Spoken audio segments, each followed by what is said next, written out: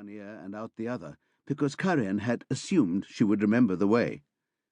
It was past 8 in the evening and pitch dark by the time she left Reykjavik.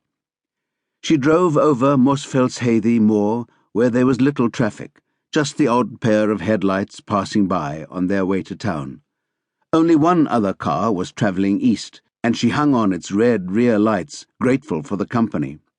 She didn't like driving alone in the dark, and would have set off earlier if she hadn't been held up. She worked in the public relations department of a large bank, and it had seemed as if the meetings and phone calls would never let up. Karen was aware of the mountain Grimmansfjall to her right, although she couldn't see it, and Skálafjall to her left. Next she drove past the turning to Vindhúshlíð, where she had once spent a 2-week summer holiday as a child. She followed the red tail lights at a comfortable speed until they drove down through the Kettlingarhraun lava field, and there their ways parted. The red lights accelerated and disappeared into the darkness.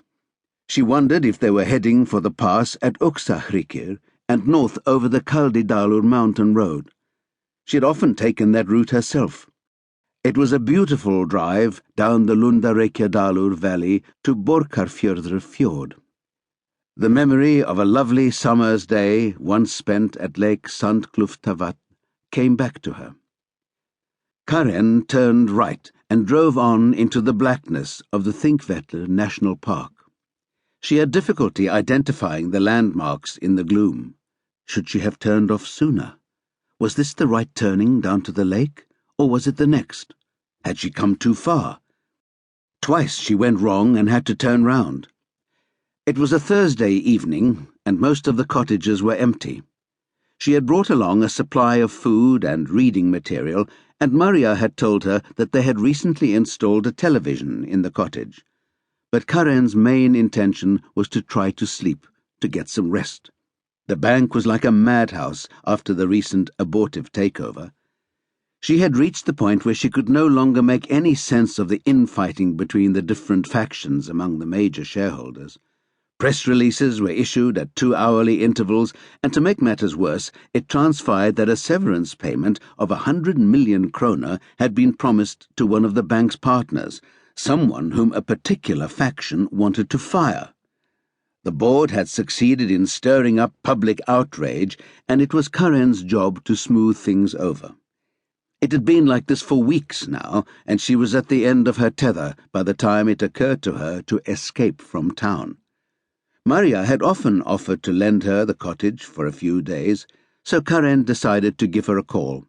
"Of course," María had said at once.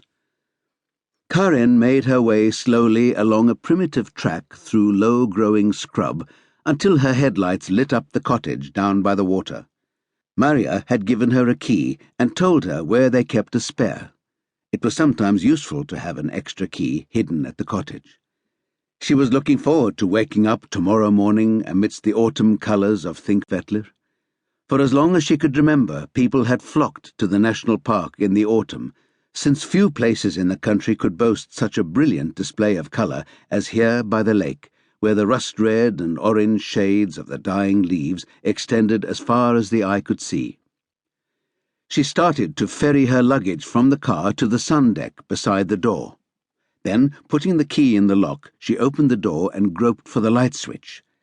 The light came on in the hallway leading to the kitchen, and she took her little suitcase inside and placed it in the master bedroom. To her surprise, the bed was unmade. That was not like María. A towel was lying on the floor of the lavatory. When she turned on the light in the kitchen, she became aware of a strange presence. Although she was not afraid of the dark, she felt a sudden sensation of physical unease. The living room was in darkness. By daylight, there was a superb view of the lake from its windows. Karen turned on the living room light. 4 solid beams extended across the ceiling, and from one of them a body was hanging, its back turned to her. Shock sent her crashing back against the wall, and her head slammed into the wood panelling. Everything went black.